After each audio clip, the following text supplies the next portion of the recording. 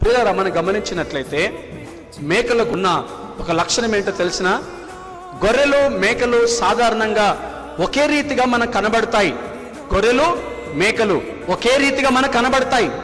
కానీ గొర్రెకు ఉండే అలవాటు ఏంటో తెలిసిన, తన పని తాను చేసుకుంటూ, తన వైపే తాను చూస్తూ, తనకు కావలసింది మాత్రమే, తనకు సమృద్ధినిచ్చేది మాత్రమే తినేసి సంతృప్తిగా ఉంటుంది, తృప్తిపరచబడుతుంది.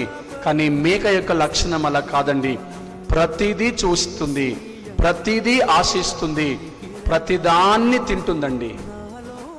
కొన్ని సందర్భాల్లో చెడు వస్తువులను కూడా మేక తింటుంది ప్రియులారా. గొర్రె అలా తినదండి. ఈరోజు గొర్రెలుగా పిలువబడుతున్న క్రైస్తవులు నీతిమంతులుగా, లోకములో ఉన్న ప్రతిదానిని చూడకుండా నేత్రాశ, శరీరాశ, జీవపు డంబం ఇవన్నీ కూడా ఆశించినప్పటికీ కూడా తమను తాము చంపుకుంటారు, రిక్తులుగా చేసుకుంటారు, దేవునికి లోపడతారు, ప్రతిదానిని ఆశించరు, ప్రతిదానిని చూడరు. గొర్రెలకుండే లక్షణమే క్రైస్తవులు, నీతిమంతులు అలాంటి అలవాట్లు, అలాంటి లక్షణాలే కలిగి ఉంటారు. ప్రియ